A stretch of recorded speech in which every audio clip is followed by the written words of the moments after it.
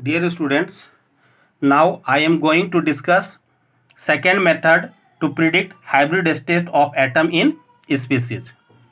Now in my first video we have discussed method 1. Now in method 2 steps are as given below. Now first step is that you have to write the valence electron of central atom. Now in second step you have to add number of surrounding atom except oxygen atom. So surrounding atom is Sa and valence electron is V.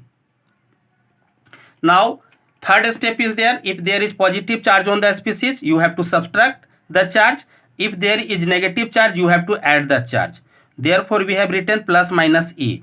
For negative charge we have to add and for positive charge we have to subtract. Now in the fourth step you have to divide the whole operation of 1, 2 and 3 by 2 to get the value of x. So here you will see it. So first step you have to write the valence electron of central atom V and surrounding atom, number of surrounding atom is Sa.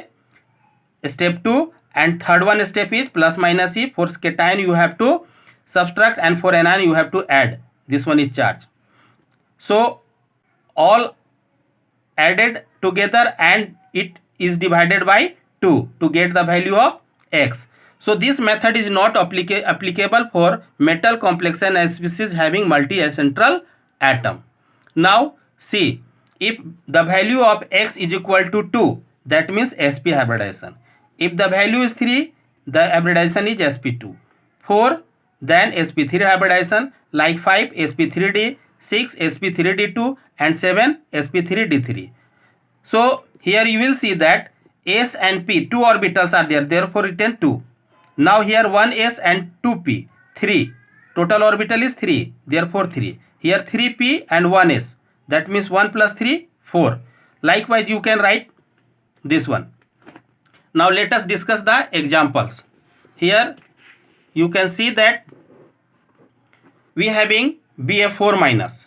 Now the central atom is here boron and its valence electron is 3. There are 4 surrounding atom of boron, that means 4 fluorine, therefore we have written 4. One negative charge is there, we have added plus 1. So 3 plus 4 plus 1 is equal to 8 divided by 2, that means 4. The hybridization is sp3. You can see here sp3 hybridization, sp3 for value of 4, this one. Now IF3, central atom is iodine, its valence electron is 7. Now 3 fluorine atom surrounding it, so we have written 3 plus 3 and 7 plus 3 divided by 2, that means 5. So 5, that means hybridization is sp3d. Here you can see that SO2. So sulfur is the central atom, its valence electron is 6. So oxygen, for oxygen we have to not add it, that means 0 and divided by 2, 3. So 3 we got, the hybridization is sp2. Now I3 minus, you can see there 1 iodine is your central atom and 2 is the surrounding atom. So for first iodine, which is central atom, valence electron is 7 and 2 iodine is there, we have written 2. 1 negative charge, we have added it plus 1. So divided by 2 we get 5. So 5, that means sp3 hybridization, you can see.